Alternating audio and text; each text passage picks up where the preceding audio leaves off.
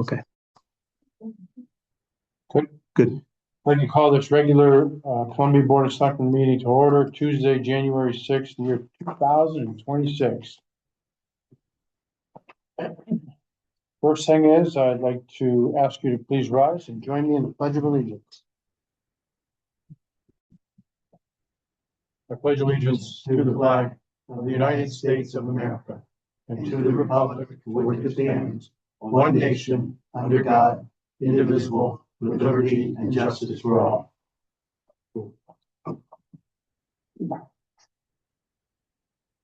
I move we approve the agenda as presented. Any changes, additions? Nope. All those in favor? Aye.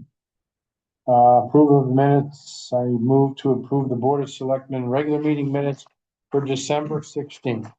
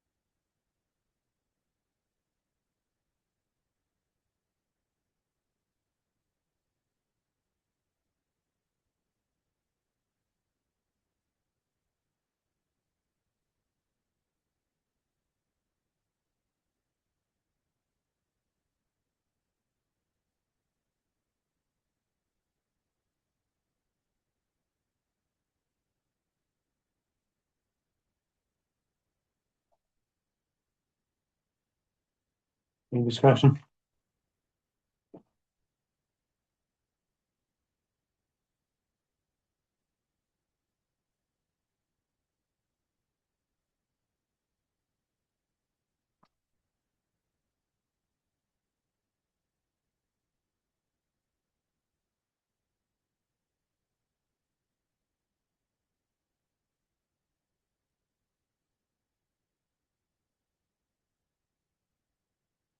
Good, Judy? Make a motion to. No, although I'm asking if you're good. You look like you're still reading. You all set? Okay. All those in favor? All right. Opposed? Thank you. Audience of citizens. Stuff that's not on the agenda. I'm like an auctioneer, sir. If you move your head, I'm gonna call on you. Okay. You win. All right. Seeing none, we'll move on. Nothing in the chat, Mark? No, sir. Old business, Traffic and Transportation Committee, Board of Selectmen to provide clarity on the committee's mission statement. Okay, this thing is rearing its ugly head. I looked this over. I thought the mission statement was pretty good. Initial one that you have in front of us. Working with residents, town officials, law enforcement, the committee identifies the issues. I think you've done that. You know the issues. There's speeding. There's areas of concern for traffic and accidents. Okay, that's identified the issues. I have some members of the committee here. Any more issues than that? Speeding and safety on the roads. Any more issues? Really? Yes, Nick, give me your name. Nick Farris, 281 Route 66. I'm the chair of the Traffic Transportation Committee. There are probably more issues. It's going to be a continuing process identifying them. Okay. But for the most part, we're seeing largely speeding issues. Thank you. Perfect. Recommend solutions. Okay, we're going to put down the side for a second. And be advocates for the measures that support safe driving, pedestrian rights, and neighborhood quality. That comes from recommending solutions, and hopefully they're working. And keep an eye on those solutions. So, I don't see anything wrong with this mission statement. What I would ask the commission to do, or ask what you have done, because I've gotten questions about it, I've gotten concerns about it, and where are we headed? I need to ask the commission, it'll be the same thing, other than what I heard just a minute ago. I'll be asking this commission the same thing tomorrow during our meeting, okay? have we talked to towns that have already done things like speed humps, not bumps, but elongated humps? Removal or permanent? That's number one. And I would like to ask if we can get them. When Mark and I were called from other towns who wanted to mirror their government like we have in Columbia, they set up appointments for us to be on Zoom calls and do that, or to go there and help them out. I would like the commission to do that. If you have a question about speed humps, Colchester has them, Mansfield has them, people have them. Find the people to ask about them. Those who have to deal with them, repair them, plow over them, take care of them, put them in, remove them in the wintertime, find those people. Not only that, let's talk more about the mumble strips. Have you been to sites where there are mumble strips? Have you heard them? Is there something that we can do on the commission to go to someplace nearby and actually have somebody run over them with the car tires and people stand on the side of the road and hear them? So we're educated in that commission to be able to say to people, we've heard them, we've seen them. There's work to do on places that have the cameras. I heard the arguments, and I understand. If you may not be driving that car, but it's your car and you gave it to somebody, and you should believe that they're driving in a safe manner. My argument is this: you say, well, civil liberties and all that. If you're barking at me about a civil liberty, you better not have a smartphone, or believe in the smartphone. I think it would be you would not have one, because everybody's listening to you anyway. They're listening to you. And we have no liberties when it comes to that. Everybody's recording stuff, and you'll talk about something in the privacy of your home, and 10 minutes later, I'll get a commercial on my phone, just what I was talking about. It's happening out there. But there's also precedents, and like Washington, D.C., when I got my ticket, they couldn't see my face, but that was my car. Go ahead, try and fight it. We're not saying you have to pay it. You have to find the person you gave the car to pay. I understand. I would like to hear from other towns who are going through this and the issues they're having and the results that they're having. I'm not sold on the cameras. Everybody around them is going to have us. I mean, there's like another 11 towns pending right now, and there's like 8 towns that already have them. Okay. But all these things, we need to dig deep into them, and not just, and we have to put aside our opinions, and you're on that board to bring true recommendations for solutions. Okay. And one of your solutions is, I heard it the other day, so I'll throw it out there, because we've talked about it in here. Oh, we need a couple of constables that work for the state trooper. Okay, wonderful. What's the cost? Well, I don't know. Okay, well, that's not a solution. That's a thought. Find me solutions. Okay. So I would say this is a good mission statement. You just have to. Can I ask that we add in, as we discussed in our last meeting, add in there, could you say talking to citizens and fire department? I think we had those folks in there, but in our last meeting, we had discussed calling in state DOT, Yukon representatives. That's what I'm talking about. Yeah, that's the mission statement. That's why I'm saying, I don't know, do we want to call in experts outside of our town? Because Absolutely. I think there's a lot of For the cameras, we have no experts in our town because we don't have the cameras. Oh, okay. I want to speak for a second. Yep. You're eager to jump on it, but I'm talking about, concerns in general are it's not just the speeding, which we've established, it's not just speeding, you're saying there's probably other things as well. Is it possible for that to have in that mission statement that committee calls in experts on that? I read, when I went all the way through, we were talking about the earlier presentation that you guys had back in August or September. I read through that. I have some concerns there too. I'm not going to get to those now because we're talking about their mission statement. But I think that the mission statement itself should call upon expertise from outside of, residents with strong opinions. I agree with that. Yeah, I did too. I do too. I do too. That's why I said, get people on Zoom that have dealt with them, that are DPW directors from other towns. Wasn't a clear enough mission statement. Yeah. Okay. Yeah. Okay. Recommends solutions. So give me the sentence, recommend solutions, after In your first. factual. First sentence, you have like people that they're calling upon to talk to, and like citizens, I think pieces of citizens. I don't have that. Work with communities. DOT and I write in that sentence, professionals of. Yes, sir. Traffic, yeah.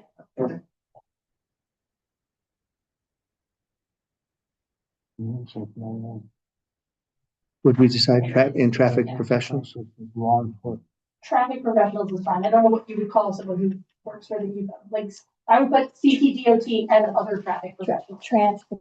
Transportation professionals, I like it. Traffic. Okay. Too narrow. We were speaking earlier, you know, the concerns are also, you know, intersections in town. Concerns are distracted driving in town, that can, I just feel like you need a bigger expert pool to know how to address the bigger picture. Okay. I'm concerned about, I don't know who to address it to because I maybe Nick would be the best person to respond to it. But we had the initial, presentation by the DACRA gentleman from Chicago. And, you know, he talked about the fact that there were 5 or 6 enumerated defenses that you could have. And, I've been following because my schedule was to attend the meetings, Nick, but I'm seeing that, I continue to hear that, and I'm concerned that, we're not looking at it appropriately. Is that the position of the committee, that the fact that it's only those 5 enumerated defenses that we can use? Yeah, it's not so much our position as that it's state statute. Okay, because I looked at the state statute and, it's probably a good time to zero rate cut.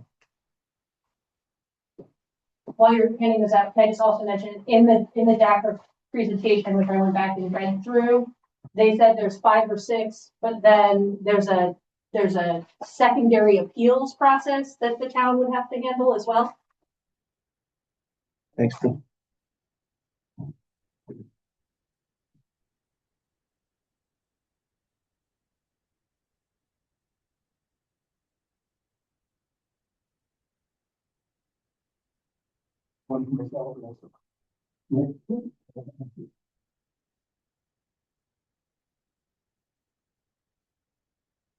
Right, tagged a couple of things there, because what concerns me is, if you go to the last section, I tagged it right here in section J.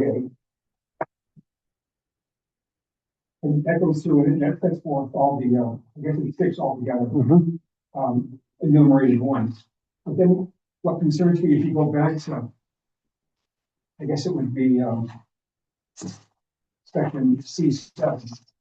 Right, tagged it on the second page, it says, the defense is available to the owner of the motor vehicle allegedly committing a violation of such ordinance, which shall include, but need not be limited to, the defenses listed in subsection J of this section.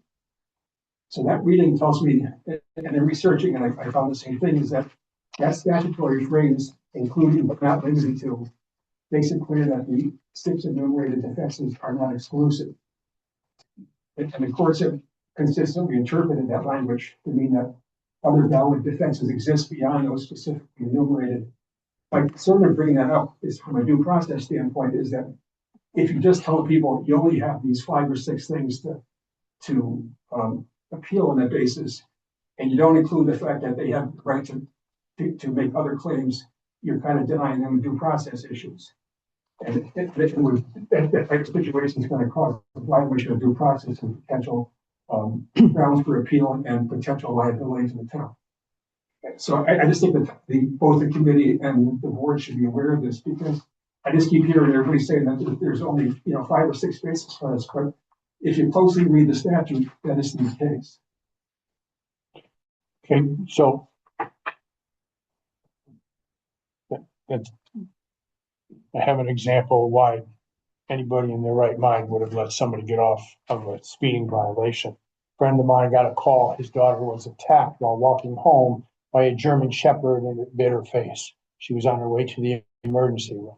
He really didn't give a rat's patoot what the speeding limit was. He wanted to get to his daughter. He got pulled over, he got a ticket. Went before a judge said, we're ripping it up, we get it. And I know that's not one of the violations here.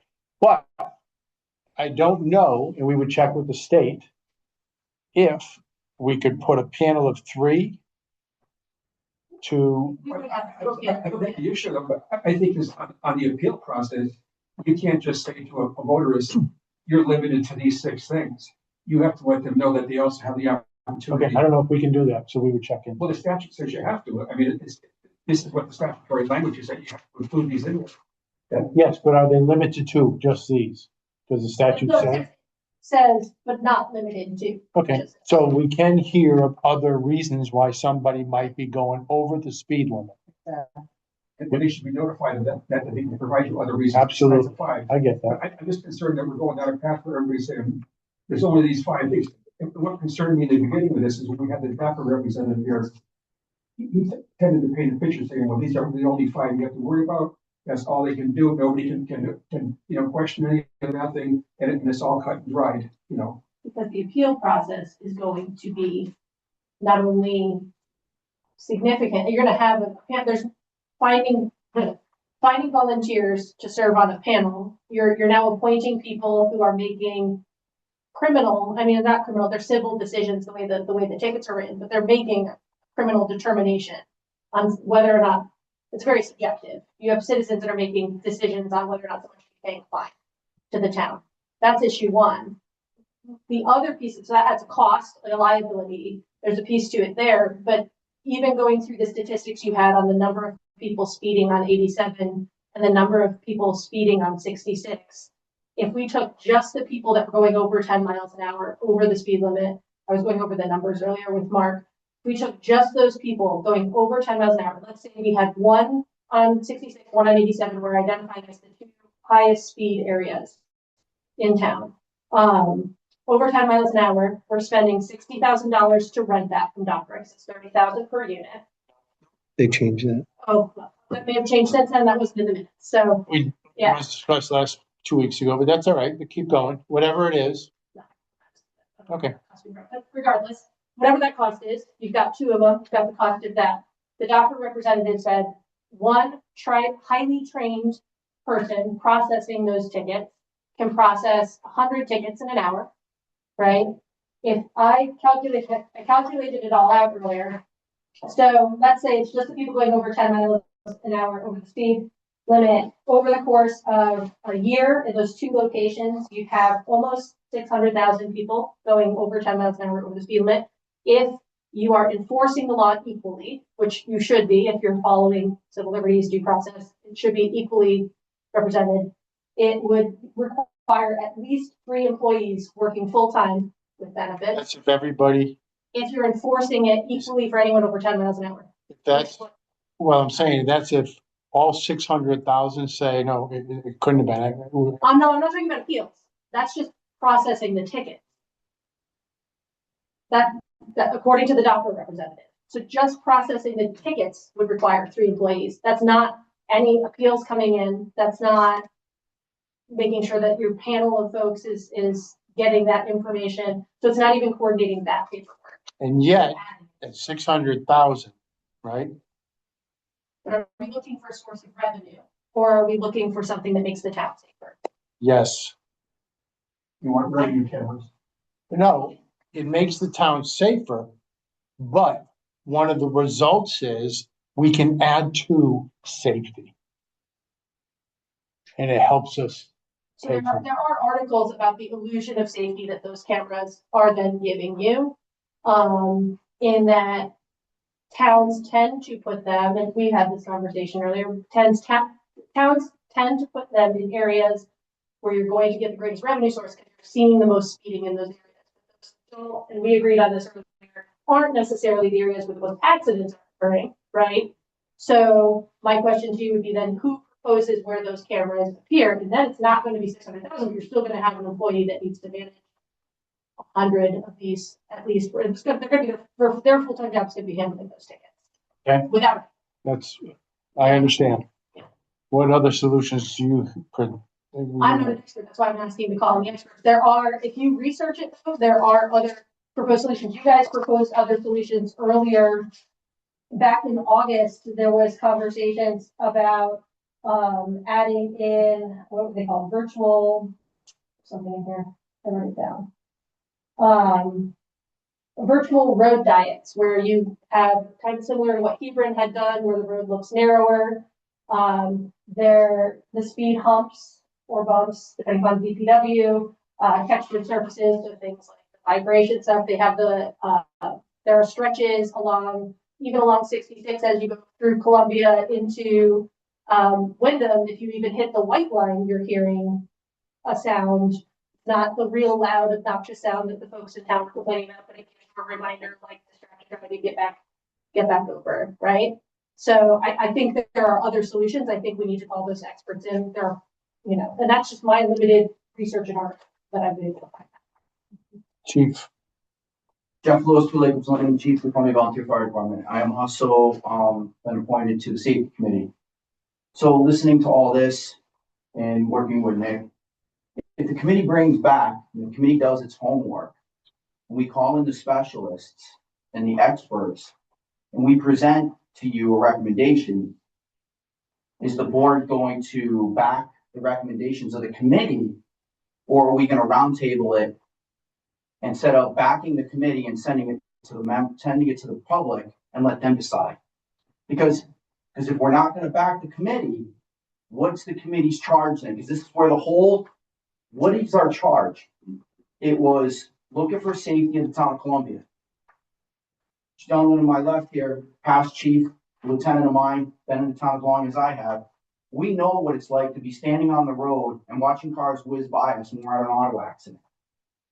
Speeding is a constant thing. It's not in Columbia, not this little rural area. It's everywhere. So we have to set the stage to the people that's on Columbia, slow down. But if the committee comes together with a recommendation that we're going to put in humps, the committee's going to expect that the Board of Selectmen are going to back our recommendation and take it to the people. Not, we need more information, because I would agree, right, Nick? If we're going to do our homework, we're going to waste our time bringing in the experts. We're not going to bring the experts in again to you guys. We're doing all the legwork. We're going to present it to you. You're going to buy in, and it's just going to keep moving forward. Is that the charge? I think the idea is that you would be bringing it forward, and under most circumstances, I think you are going to get support of the Board of Selectmen. But I think if we identify something that opens the town up for liability, I would be hard pressed to vote it. But we've already done the homework. We've already done the homework to say this is going to be a liability or not. That's what I'm trying to say. Because the question becomes I've been to 6 meetings and we've gone around and around 3 times, because there's only so much you can do about speeding. You can put a cop on every road and every intersection and you sit them there all day long, which we know that's not going to happen. Hiring constables is not going to happen. Or we go to rumble strips. People don't want to listen to them, but take it to the town vote. See what the townspeople tell you. Rumble strips are not a liability. Tell me how a rumble strip is a liability. Okay? Or a speed bump. Speed bump is not a liability in any way. If a person's doing 110 down the road, launches their car into the woods, well, there's a reason why their car is in the woods. Cameras, I understand what you're saying. I totally get that. That now you're taking a picture of something, you're sending them a bill. I totally get that. But if we do the homework, we bring in the professionals, and we come back and we bring it forward, we're going to expect to keep it moving forward and getting it to the townspeople's hands. Is that fair? Yeah, I mean, I agree with that. Sorry, I agree with that. I think that my greatest concern are the things where there is reliability. And I don't think that the speed humps, like, or the rumble strips or those things, those have a lot more of a history. They've been used in a lot more places. They haven't opened up litigation as the others, as the speed cameras. But you're not getting them on 66 or 87 over 6. No, well, you would have to be the rumble strips. Yeah. My hope with this committee was, there's, and it started with the speed camp, but my hope was speeding all over Columbia. So come up, do some research, come up with some ideas on how to deal with, the speeding, which could be those, the rumble strips. I mean, they have them on 66 and they're fine. And maybe more, I just think about other options, more speed camp, maybe speed limit signs on the roads, because I know when I see them, I slow. Everybody does. I like what they've done in Hebron. I don't know. I guess I wonder how effective, making the road a little bit more, how effective that is slow traffic down. I slow down a bit when I see that too. So anyways, just some ideas that other than the speed cameras, if I thought they were going to be effective and slow traffic down all over Columbia, I think I would support it. I'm not convinced that it would do that.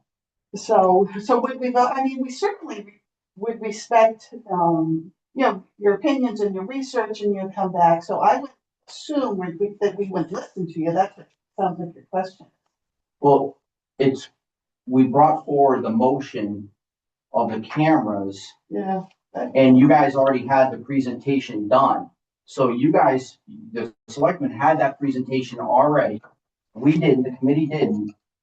So it was looking at, okay, well, we're not hiring more troopers. Gary is already doing the best job that he can do.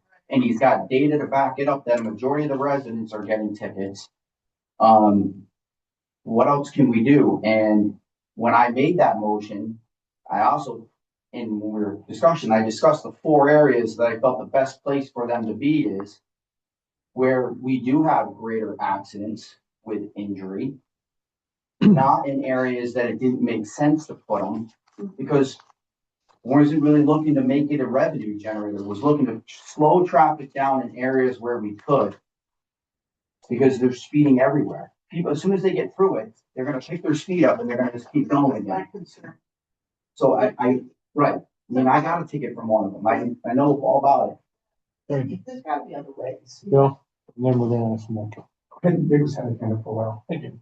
One important matter, since rumble strips and mobile strips keeps being thrown around, they are not a speed control measure in any way, shape, or form, ever. They do not help with speeding. The only thing they will do is tell you that you are either driving or about to drive somewhere you should not be, like the side of the road, or there's a curb coming and they're alerting you, hey, pay attention, something's going on here. They do not do anything about speed. They never have, they never will.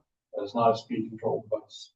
Second thing is, the Traffic and Transportation Committee made our recommendation regarding automated traffic enforcement devices based on research that we've already done. Part of that research is research that has been readily provided by the University of Connecticut's T2 Center, which is readily available to every town. Now we can have them come in, talk to us, rehash that. They're literally going to bring a set of slides that I've seen 2-3 times already, because I had to attend one of their seminars a couple months ago. And then they're going to say, these are things that are available to you if your town decides that they are suited to you. They're not going to come and say, these are the things your town should exactly do to fix all your problems. That is ultimately up to the town to recognize. And I think the Traffic and Transportation Committee has been empowered to identify those and make recommendations about them.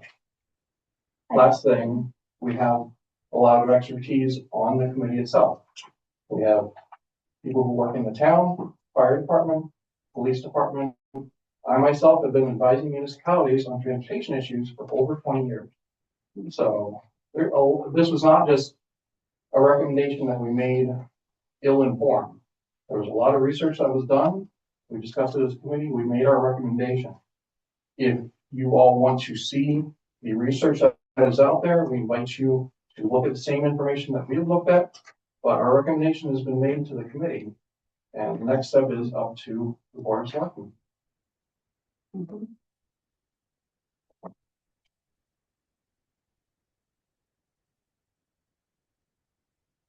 All set? I Bill, mean, that's, yeah. You've done that. I don't want to get Christian, help our respect. But my concern as a selectman is I have an obligation, you have to make tough decisions as far as your department is, and so do we. So I don't intend to be a rubber stamp here. And I'll be very frank with you, I wasn't really enthused about, speed cameras or revenue cameras or whatever you want to call them from the very beginning here. You know, we had the representative from DAPA come here and ask them several questions. I'm not really comfortable with the concept of having, yeah, I guess my feeling is this what Columbia is about? Is it, you know, people are struggling right now financially. And is this how you want to do it? People trying to make ends meet is to nail them, you know, with a ticket when they drive through town. I understand you got to control speed, but I want to look at all the possible, options that are available. I think it's reactive instead of proactive.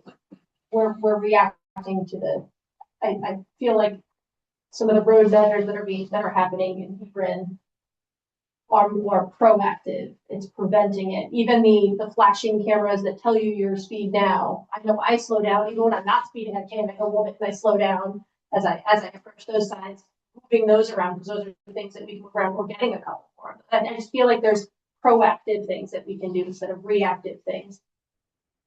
And so, yeah, I just don't want you to feel like we're not, like, I get it that Okay. I read a lot of the same things, and I get that you're bringing expertise to us, and I think the vast majority of the time, I don't think we would disagree with it. That's the one thing that I have probably the biggest issue with speed.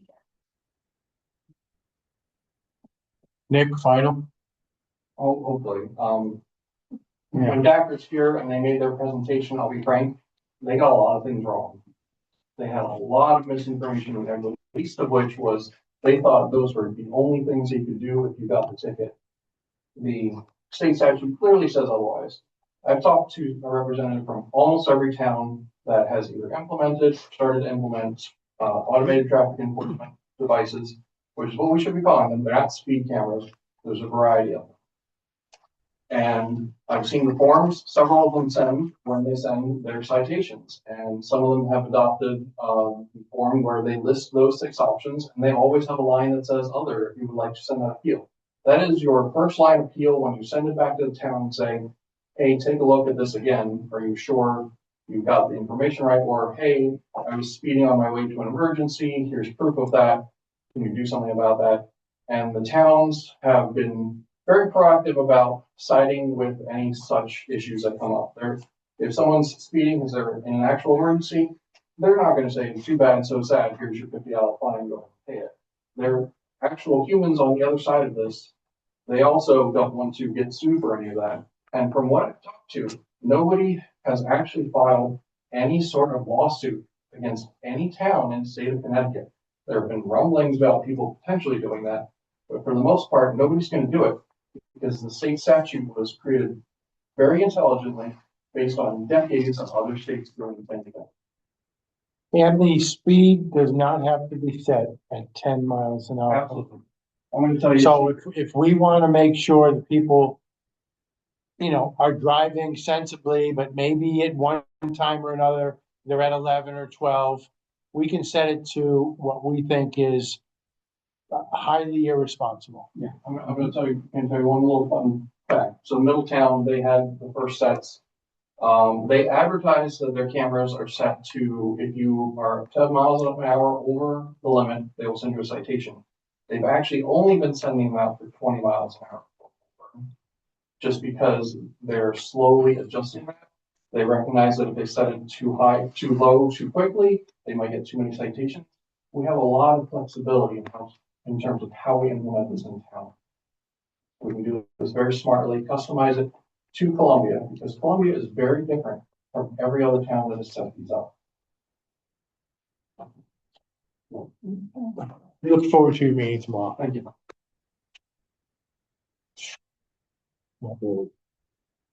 So we made wording changes here, or? so you want to just vote on modifying the motion to include traffic and transportation professionals?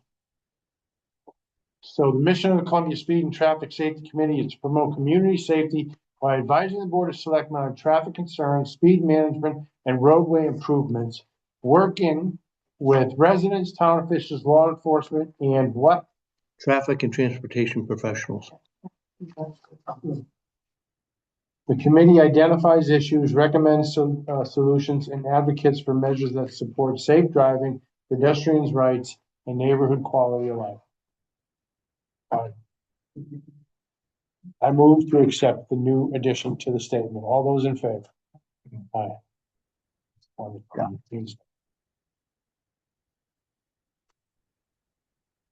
Uh, Gentlemen, please tell me about my cistern that's gonna save. Oxygen. Good evening, my name is Mike Lester, 56 Baker Road. I'm also the farm officer of the town, and I'm kind of the jet fire department. Several years ago, I want to say it was maybe 4, I went to Mark and I talked about putting a cistern in the town drainage, and he said, "What's going on?" So it's been a while, but I brought it up at the firehouse and then came over here and was talked about if the town possibly financing it, because it is on town property, but the firehouse is on property. So the reason for it, the water in the center of town is basically ponds.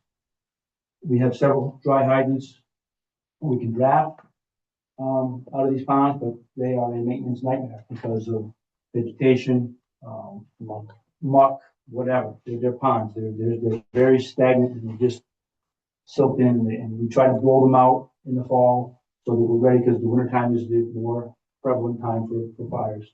We try to blow them out and to keep them clear, but it is a nightmare. We have, I think, 19 dry hydrants in town to maintain. So plus other drafting locations. So center of town, we have a lot of old buildings. We have a lot of things that we would like to try to keep Columbia the way it is. Several churches, town hall, landmark, other larger homes. So the cistern would be 30,000. That's the minimum number that ISO recognizes as a possible insurance drop. So that's where the 30,000 comes from. And it's just because of the situation of the no municipal water, and we just need water. If we just relied on tankers, instead of using water sources, the tankers are 10, 15 minutes away. Tankers come, we use the water, and they gotta go back and they gotta fill up another location, come back, so the fire goes out, the tankers are gone, the fire grows, and then it's just a cycle till everything. What's the capacity of the tankers? Right, usually around 3,000. 3,000? 3,000. So Empty it? empty it. How long does it take to fill it? On a good hydrant? Like say the fire was here. Take a tanker and send it down to the town beach and back. I'm gonna say 20 minutes. Okay. You drive down there, fill it, drive back. Yep. So that's my estimate. Yeah. No, I would agree with, what Mike said. Mike is in charge of all the water supplies in town for me. Does a great job. We put in a few new dry hydrants on rivers, and the reason why the ponds are such a concern right now is because what is going on nationally, dry. So these ponds levels are way down, allows the muck, the algae, everything else to bloom in them, and we're not fully getting water. We're getting muck out of it. Pick the perfect location at the department. It's 30,000 gallons. Tankers are real close, in and out, and they're right back here to the fire. They're not having to go to the beach or to a farther location. Remember, the town beach is also a public place. So if we get a fire and someone's launching their boat at the same time, we might have to wait a few minutes. Even though they're trying to back up, we got to try to get in. It's right there on our apron. We can get to it. Costs? So the department funded the design of it with town engineering. Yep. Mark Maynard. I talked to him today, and he's kind of waiting to see where we're at before he finishes up his design. But it would be to the west side of the apron at the farm, between the apron and then what I'm gonna call Mrs. Scaff's property, which is now owned by, Ms. Griffin. We would go in there, we had the, contractor that we have been using to put dry hydrants in around town, come out and do a couple of test bits, and the engineer was there, and they dug, and they didn't hit anything too hard, when they went, down about 10, 12 feet. Because these tanks are gonna be three 10,000 gallon tanks tied in series. There'll be one drafting point for it. There'll be a fill, a manual fill, like a manhole cover, we can take that off and fill it manually with tankers. And then primary, refilling and keeping it, full would be off the gutter system of the firehouse. We'd get between a third and a half of the roof, all the rain coming in there and going into the tank, and then the water would go in there, and it got full, it would continue on its current path and go to the retention that we currently have across from the old that. 30,000 gallon tank enough? I want to do this just once, chief. Well, I understand, but we're talking ballpark. We're Okay, talking with a little bit of maybe fudge room for, money wise, in case something does go wrong. We have to do a little bit extra work or whatever. $125,000. 30,000 gallon tank enough? We could, You're talking about gallonage, we could add more. is that what you're asking?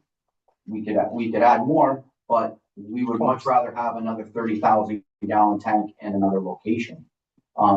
This is a good spot right now for this one, but we've got some developments that we would love to find a place for. Up on 66, you made them put in a cistern. Oh, you did.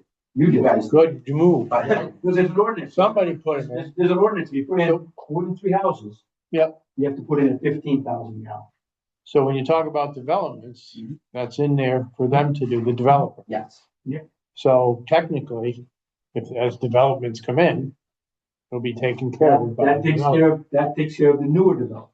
And Also, a also, lot of older developments that don't have water in them. Hmm. So that's where I think where Jeff is gonna go, if we could take and put another one in another location.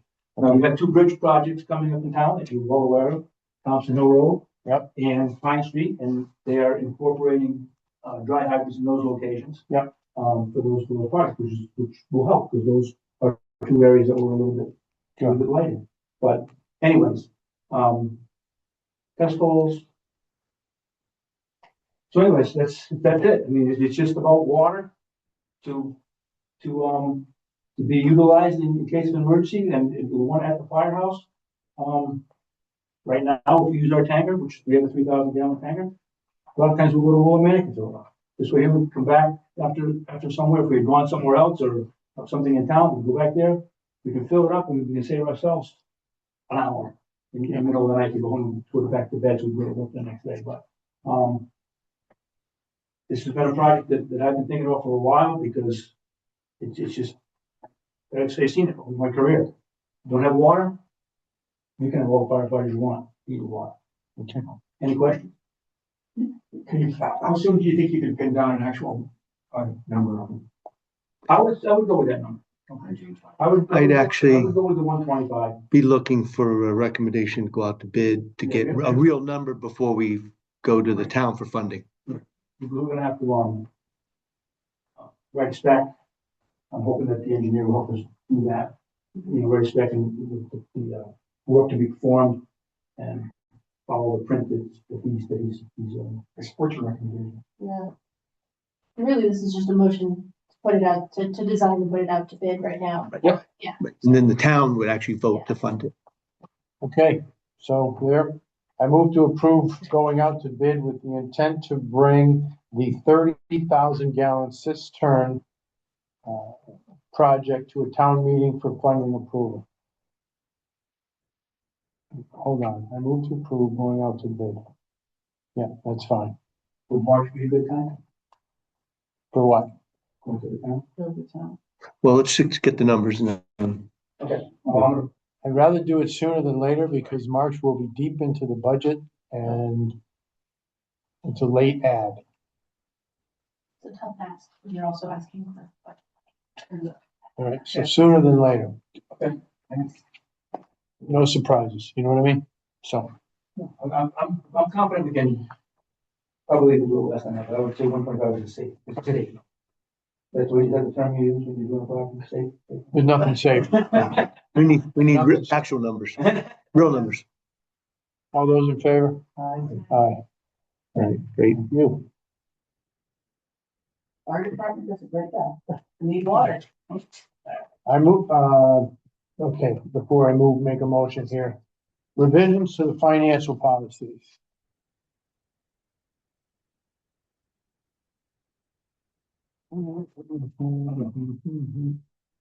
So.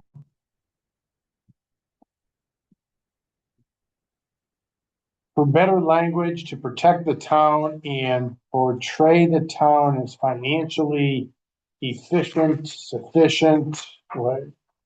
The bonding, who was it? The bonding? Our municipal financial advisor that handles our bonding. Then we went through our policies and said we should make a couple of changes. Blue is what we had, red is what we're changing. I had some questions when I saw this. So I think the blue, we can probably skim through that or skip through it because they didn't have any problem with it. So if I may, on page 3, provisions. The town will strive to maintain an undesignated fund balance at a minimum of 15% of the general fund operating budget. So the general fund operating budget is how much? Give a guess. 20 million? 20 million. 20 million. So we have to keep an undesignated general fund, undesignated fund balance of $3 million. And that's what you came up with. That's 15%. And now it's about 17.5. Did not exceed 18, I think, in the previous one. No, it was a range. It was 13 to 18. Oh, okay. So, if I It may, was something with 18. it kind of, when you have a cap like that, it kind of limits the town on what you can do. So after talking to our municipal advisor, he also agrees that a minimum of 15 is kind of a standard. So we decided to just put it at a minimum of 15 to not limit us to being locked in at that range, because it kind of confines the whole policy, which could mean if we go above it, what are we gonna do? You know, we have to come up with a plan to spend that money or something, and then if you go below, at least, you know, it's easier to figure out how we're gonna replenish versus spend it if, you know, whether we. We'll always find a way to spend it. Yes, but we have to find ways to like allocate it in that year because there's too much, and, you know, whether you're gonna buy down the thing or we have a project we're not sure about, but we're gonna pre-fund something that may do, you know, it causes more complications, so. Yeah, well, that's what, yeah, I was reading it as like, we had a cap. You know, when it says 13 to 18 initially. Yeah. It's actually, I think this is better. So my next, okay. The final sentence in that paragraph, the fund balance will be reviewed annually during the budget process to ensure that the fund balance does not fall below the minimum level set up in this policy. Okay, that just solidifies the 15%. The next paragraph I had issue with. And I'll read it. The undesignated fund balance falls below the goal or has a deficiency. The town will develop a budgetary plan to return the reserve to the minimum level as soon as the economic conditions allow. Okay, so either that or it's not that important. Revenue sources that will be considered to aid in the replenishment of the fund balance will include, but not limited to, non-reoccurring revenues and year-end budget surpluses. The budgetary plan shall also identify the target timeframe, including milestones until reaching full replenishment. This is where I have a problem. The town recognizes at its current level of fund balance. I don't know what that is. That when it's deficient? At the time that they recognize it's below the minimum. Okay. The town recognizes at the current level of the fund balance, or when they find out that it's below the 15%, it may take a number of years to reach the desired goal. How many years? And that's very vague to me. And What was the previous language in there? This is all new, and some of the language is taken from looking at other town policies, which had some similar things. I think the red is what's new. One we got sent in our email had The the regular line replacement. down stuff. Yeah, This so, doesn't have that. so the reason it was, we put in, may take them years, because depending on the economy and how the town is doing, whether we're running deficits, if a crisis come up, an emergency, there's many factors where we might have a plan and say, okay, in 2 years we're gonna replenish it, but in year two, something happens and we have to hit the fund balance and go below the minimum again. So we're just trying, the purpose of that line was just to say, the goal is, we just want everybody aware, this is not gonna be an easy fix if we go below. It could take it could take a couple years, because we can't predict the future. Because you don't know if all of a sudden, like I said, an emergency comes up, or all of a sudden, there's changes where the mill rate's gonna be high, and we wanna use the fund balance to balance it out a little bit, the mill rate increase, so we just are aware that this is to fix the fund balance. It may take a couple of years, it could take 5 years. I feel like if you bind yourself to time, what's the repercussion if we didn't keep that timeline anyway? Yeah. Like, what binding it to a time? And you're looking at this every year, and this is gonna be a plan that you're gonna update annually or look at, and things are gonna change. So we didn't want to bind it down to just saying, okay, we're gonna fix this in 2 years. I mean, you won't be able to. So it's just trying to keep it general to just so that make sure. The town knows. But this is a document that from our financial management people allows us to use or policy This is just a for guideline. bonding and stuff. It's gonna be used at bonding. He did review this, he saw the changes and he fully supported them. And yes, the original document was approved. They knew it was our first draft of it. They knew that we had approved it. And when we had met with them, we just said, well, we're gonna keep reviewing this and update, and they said, oh, okay, fine. They were fine with the original. The municipal advisor did go through these changes and fully supported them as it is. And then next year we may come back and have to revise it again, just because as we're getting used to bonding and going out, we may see something else we need to change. So, but he was fine with this wording, so. Like you said, you never know what's gonna happen, and to be flexible, I think is a smarter way to do it. You have to be. I do not think we waste money. Oh, No. we go well over 15% every year. Yeah, I know. So we can have over 15%. We Yes. just can't go below 15%. Yes. That's one of the reasons we changed it. Or if we do, we have to work to get it back. And we've done it. With a plan. Yeah, we've done it. We've done it years ago, when we did the school roof and part of it, the library, we came below a little bit, but we came up with a plan that we're gonna make sure we build it back up in certain ways, and, and it took a couple of years. It did take a number of years for us to get back to where we are, so. Any concerns about the revisions on page 6? Yes.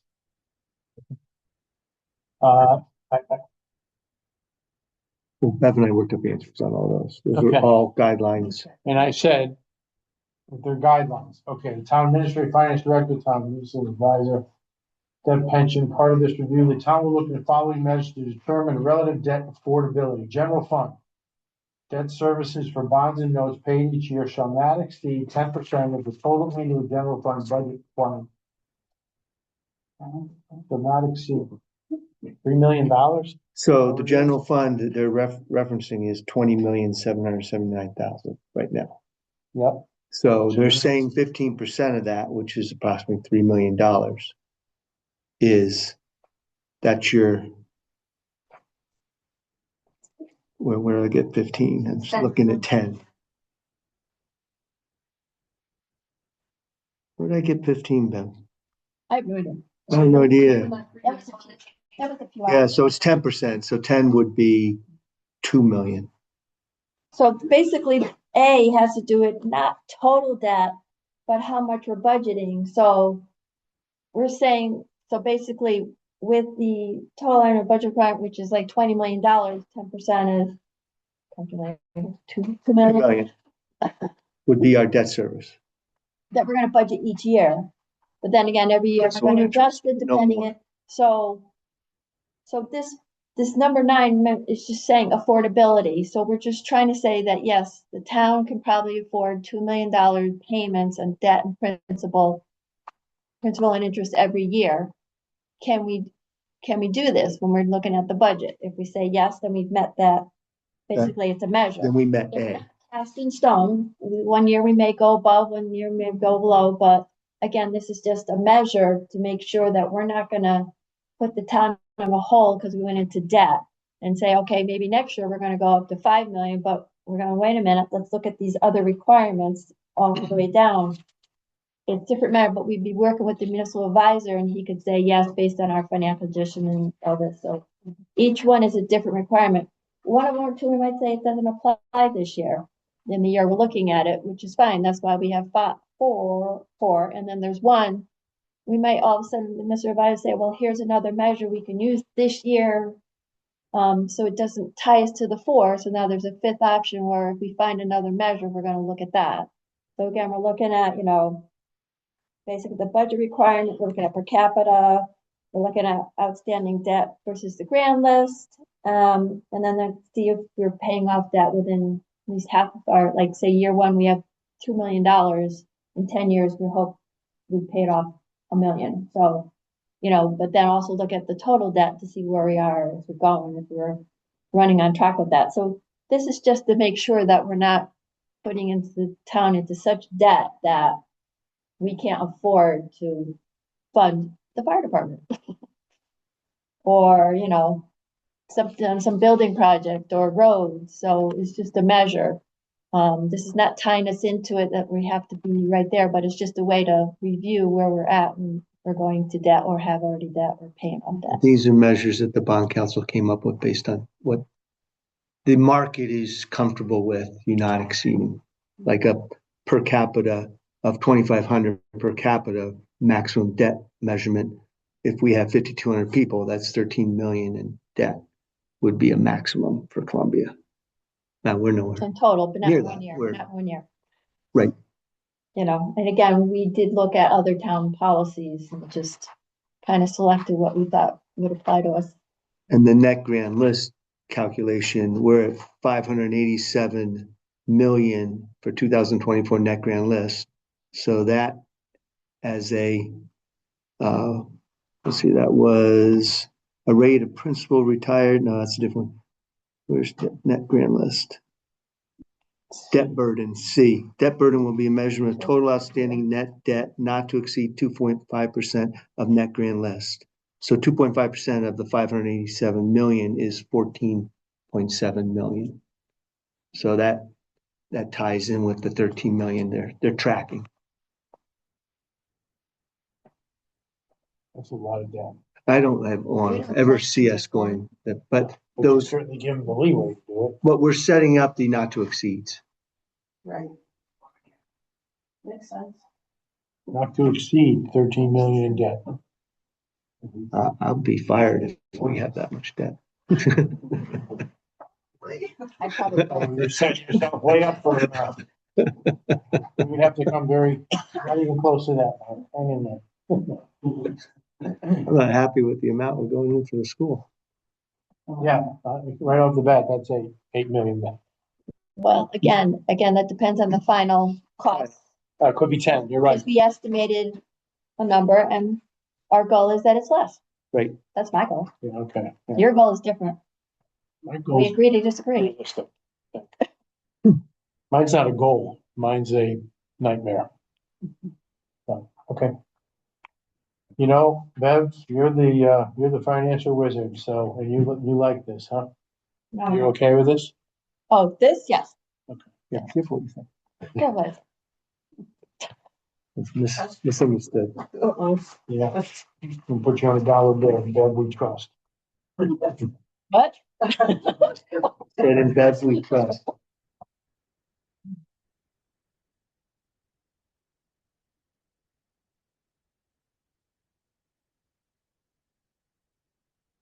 People still owe me money from 20 years ago, because they said, take your time. Without definitives, people take it literally. When I moved to this town, we had portables, classrooms. They were for 10 years, supposed to be good for 10 years. And people said, don't worry, we're just gonna use them a little bit longer. Well, when? When are we gonna replace them? A little bit longer. Those things are rotting. They rotted out in there. I mean, 20, 25 years. I was in the portable, oh my God. Right. Never, and I said to Chick Shepherd 30 years ago, I go, what's the life on those things? 10 years. How long have you had them? About 15. I go, when do they be changed? Anytime now. Right? I don't like this, but, you know, okay, so, I move to approve the revisions to the financial policies. Written here, there's no following it, with one edit, Well, you don't No. have it in it yet. we have no edits. I move to approve the revisions to the financial policy. That's before us. All those in favor? I don't want my name on it, I abstain. No, I'm a unity guy, come on, I'm in, come on, all four zip, thank you. Okay, new business. Dedication of the annual report. Think about it, Not sure. that's why we think about it, give it a couple weeks, okay?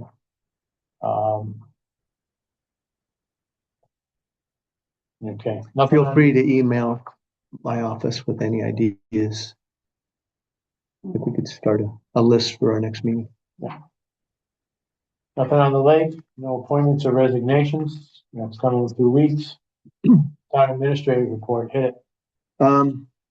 Something I would like looked into, based on the building code section 108-6, our building official can set a policy of refunding town permit fees. We didn't have a written policy, so I asked Jason, we looked at other towns, and he came up with this fee because we did have, what happens with, especially with solar projects, it might not actually happen. It might be years later, they say, we'd like all our fees back. And we wanted to have a written policy to make sure we are covered. So this is what Jason came up with and wanted the board to be aware. But it basically says all refund requests must be submitted in writing during the current fiscal year, July 1 to June 30th. Receive no later than July 31st, meaning giving them another month after the 30th. Refund requests from the previous fiscal years will not be accepted. Refunds will be provided for building trade permit fees only, minus the $47 processing fee. And the following fees are not refundable: state education fees, town zoning fees, state zoning fees, and credit card transaction fees, because those fees have already gone away from the town. So I just want the board to be aware that's the policy we're under right now. And if you had any thoughts or anything, I could bring it back to Jason. So we don't have to vote on this, they just do that? If by state statute, the building official sets the policy. Okay, but I wanted you to be aware of it. Next, a reminder of our calendar for the budget process that we have now started. And budget will be starting to meet with departments next week. And then I thought this was a good analysis. It was given to me by Matt Hart, the director of Capital Region Council of Governments. It's all on what is now House Bill 8002, which replaced House Bill 5002, which was on act concerning housing growth in the state. And one thing that's good about House Bill 8002, because the governor did veto 5002 that was passed, but 8002, knowing that the governor could call a special session, it was imminent that they had to revise 5002, and they brought together the Connecticut Association of Council of Governments, the Connecticut Conference of Municipalities, CCM, Connecticut Council of Small Towns, and they all advocated through the COGS, through the governor, and through the Senate and the House to come up with something that was more manageable. And really, when you read this, it shows that, Columbia's actually ahead of the game. We've actually modified some of our housing regulations to allow granny pods to be separate from a house, to be allowed based upon land of well and septic to define some multiple use housing based on how much land you have. I think it's a minimum of 4 acres. But we're also going to regionalize through the CROG so that we don't have to do all this work ourselves in coming up with these policies for local plans of conservation and development. It'll tie in with that we're actually creating right now. So this is a good analysis of where we are. Not everybody's thrilled. We're all concerned that they'll come up with some quota and dole it out and say, all right, all these towns, these are the numbers of units that you will create. But we're trying to keep it a fair market free system where you actually build if it makes sense, not because you're forced to by the state. But in theory too, they've come up with grant programs to support affordable housing development and infrastructure upgrades. So we'll see. Those are not fleshed out yet to see where that came. But you're hoping the builders get some financial help to make some of these projects happen. And that's all I have, Steve. What's going on with the senior center? Oh, so we did have a water heating pump that was very old to the original senior center, just seized and stopped. And so without hot water, the health department said you can't have a lot of seniors all meeting and eating without being able to wash their hands and sanitize and not spread flu. But the solution, Stephen and I just got a quote that we want to make you aware of, where we're actually, instead of replacing the old pump in the system that exists, we got a quote of 5,000 to replace the pump. We have a quote of 7,000 to actually put in a water heater. That's not the exact number. To replace the pump was over $6,000 because the first part of it was $5,300 without the part. without the an additional part needed, which he said was about $1,000. So it was about $6,300 to fix the old one, or put in a new hot water heater for $7,000. 7,350. 7350. Right. So we're going to use our HVAC fund to fund that. And the heat on there, what's going on there? That's in and working, but we need also part of the funding. We have to modify the heating system in the vestibule In the office system. because what we decided, we originally were going to abandon all that ductwork up in the attic and put in ceiling cassettes. But the builder decided instead, his recommendation is to still keep that old heating system because it's tied to the new furnace. So your redundant heating system is oil fired and could heat the whole building. Your more economic heating system, which is the HVAC system, he recommended some extra additional units after getting an $11,000 discount for not tearing apart the old system. We have a net cost of an extra $5,000 to add 3 more head units in the lobby actually that'll be the main heating source. Now, we've got a new furnace there, right? Right, so that ties into this. We don't want to abandon the old furnace system because it works. What doesn't work real well is the air conditioning. I have my sister of a certain age who came to her dinner last week, and she had been playing bridge over there on Friday and was quite concerned about the fact that she was freezing cold. So my wife had warned me that she's quite upset about the furnace and she's going to give you an earful. And she did, and I suggested to her, how long has this been a problem? And she said, well, it's been a problem forever. I said, well, you didn't press one, and you went there. So she didn't press my. How'd that go my over? tumor. So But it is a problem. it is, and let me tell you, historically, the splits are fair heaters. Fair.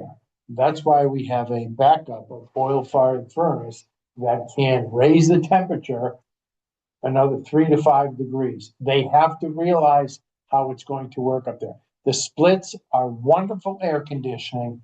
They're fair heat system.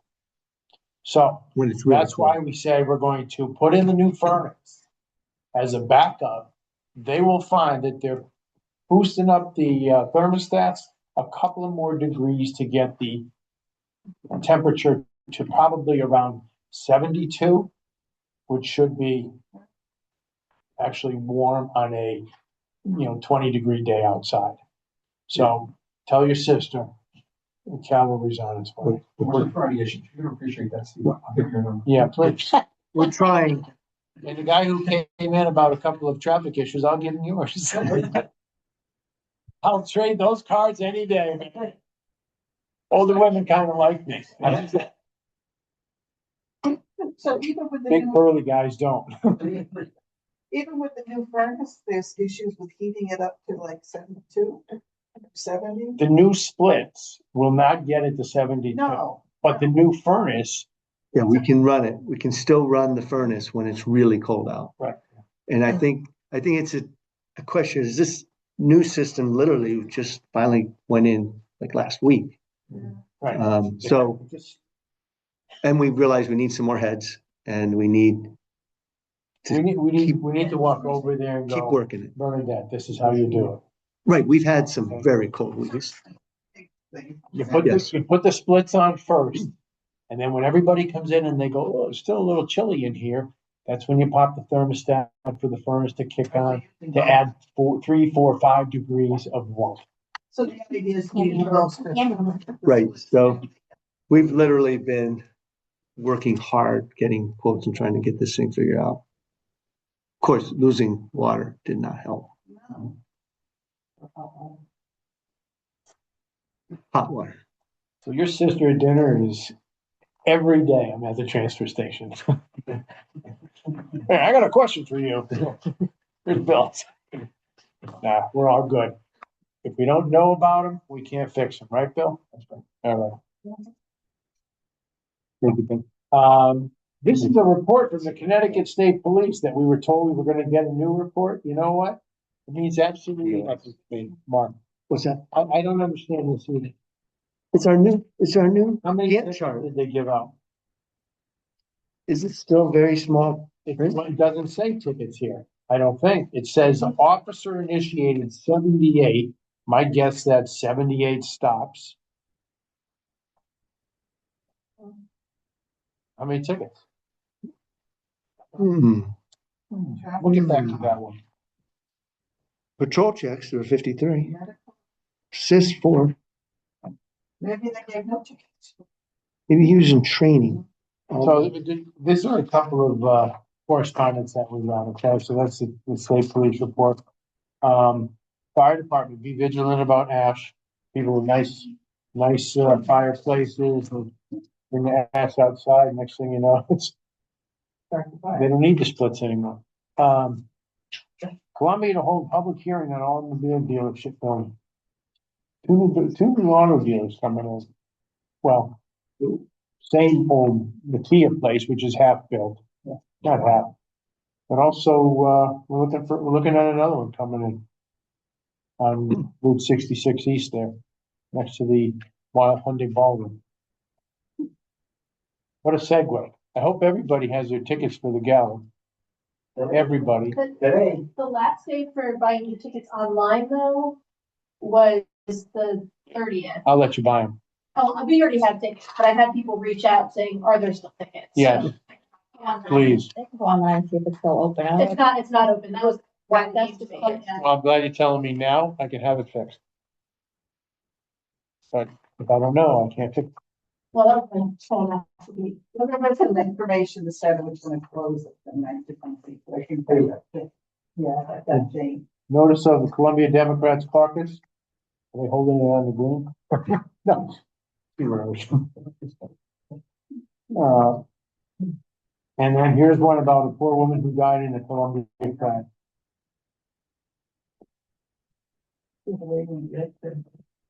Front page above the fold, baby.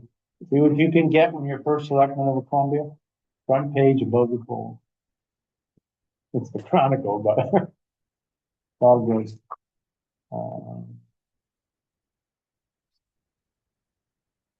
And Bev, our finance director, has a report here about the give back of funding from the Board of Education and the school system. Looks like we're looking at, The next page, that's, 392,000. yeah, 300, yeah. 392. 392,000 going back into the general fund from the school. Great. Yeah, first part is just the year-end transfers, but there's just benefits and like other changes, so, yeah. Where did that money come from? I was always curious why they didn't spend it. Well, she went over that at the tri-board. And do I not remember? Apparently it's special ed changes, so, yeah, the special ed can fluctuate like $500 million either direction, so. Some of it was special ed, some was It's like benefits. some of it $100,000 in insurance. Yeah, people didn't take as much benefits as they changed. budgeted for. Yeah, there was a few lines, yeah. They applied, I think. They got some grants. I think that offset some of their budget. Yeah, surprise I grant. was making a point that was already put out. You know, actually, I was rambling, so, I got tuned out, that's okay. budget, No transfer. new transfers. I move to approve refund presenting $980.14 as presented. All those in favor? Aye. And I move to approve the payment of bills totaling $661,873.58, consisting of 25.6 emergency, 25.6 regular, Saxon Below Library, payment number 3 of 4, credit card and paychecks. I thought I saw the fire department payment on Yes. it. Now, if we're talking about the library, we need to say we made our payment to the fire department too. How about with the HVAC? We're giving them- Mark, why don't you tell us about the HVAC from the meeting last week? So we made a lot more progress lately. We're doing 80% complete on the ductwork in the A-wing. The fire electrical work is complete for the fire alarms systems. Several hours later. Right. And the drainage work for draining the water out of the HVAC system is starting now. And then they're about to start, I guess the vertical ductwork's done. They're still working on some of the horizontal ductwork. And they're about to start E and F wings. And they were taking final measurements, and in theory, we should have a final revised schedule of the whole project. We're still, Doing stuff in the library. yes, the library, we came up with a new idea. We had some ceiling units we couldn't use. They were already pre-purchased, and then we decided we didn't like the thought of putting wall units on a round library. So they used their lift and used our engineers, and they got up in the roof and they said, we can use those like 5 ceiling units and air condition the library through the ceiling instead of the walls. And it'll be a much better, it had a sufficient access to do that. So we won't have ugly wall units on a round library. So that was really good news. Is there a meeting tomorrow? Yes, at 2:30. So we have monthly committee meetings, which we had Monday, and then we have every other week construction meetings during the day.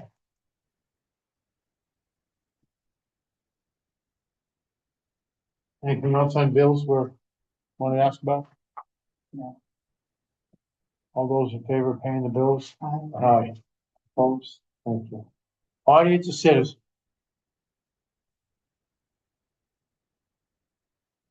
Board member comments.